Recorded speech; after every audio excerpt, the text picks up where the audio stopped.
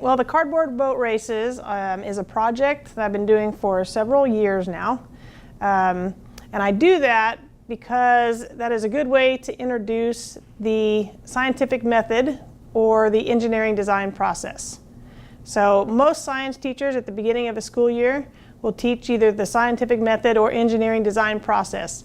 I like to use a real-world example because I think it demonstrates the steps and gives the students an opportunity to learn it and remember it. I think the students get that out of it. It's kind of something that's becoming a tradition. We've done it for several years now. A lot of schools do it, but they do it in the springtime when their swimming pools are full.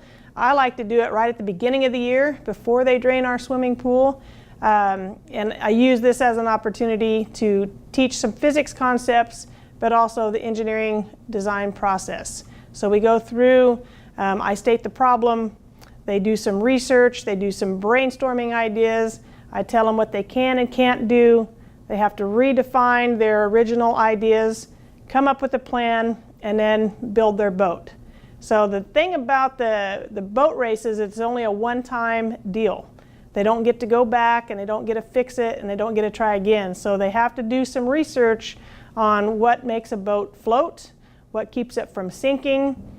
We do some things with buoyancy and Archimedes' principle, and that way they have kind of a real world learning experience. It has to displace the amount of water that is equal to the weight. So if the weight is more than the water than it can displace, it's going to sink.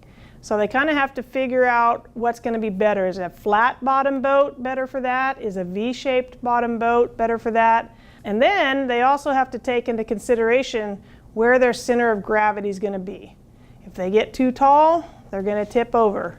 If they get the boat too wide where they can't reach the water, then they're going to tip sideways. This year's boats were pretty good. We had 5 total for the class, and 3 of them made it.